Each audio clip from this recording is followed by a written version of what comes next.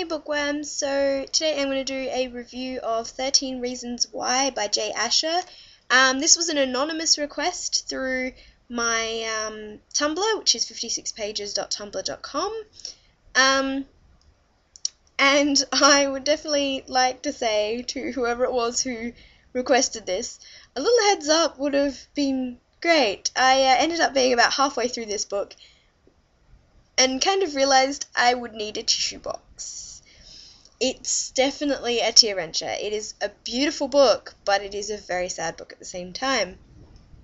So the general idea of the story is a boy named Clay finds a shoebox full of cassette tapes on his porch, addressed to him.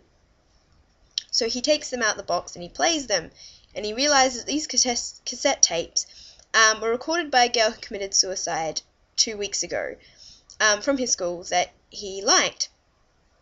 And the general gist of the tapes is that they were recorded before she died, stating the 13 reasons why she had committed suicide, or at least, and posted it to the 13 people who were related to each of those reasons, or those incidents that sort of snowballed and caused her to commit suicide.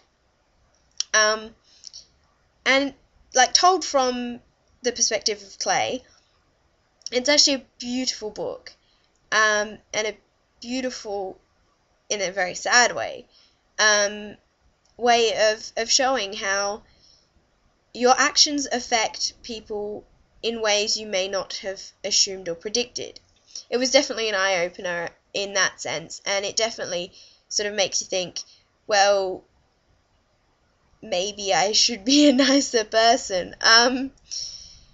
And it does make you think about the way you treat people and the way you act and how that might have an impact on them.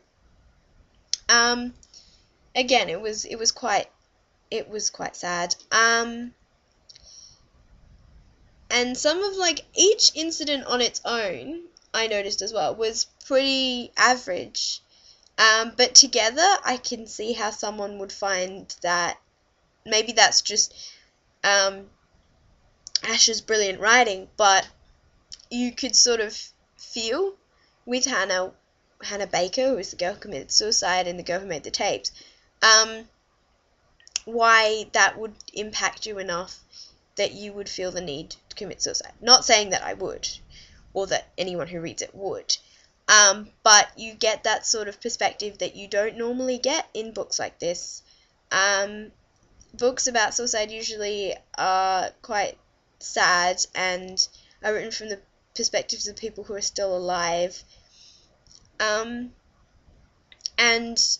you know, it's not so clear as to the mindset or the headset that the people, not just surviving, but also who committed suicide, like, are in. And I think it captures really well that sort of mindset, that where your head would be in a situation like that. And yes, it's a brilliant book. I really don't have too much more to say about it without spoiling the story.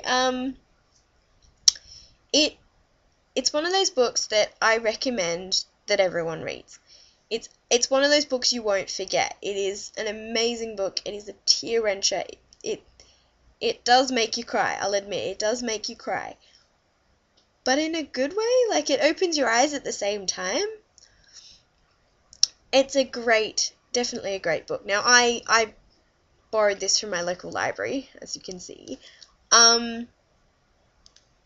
But I would buy a copy. I would go out and buy a copy.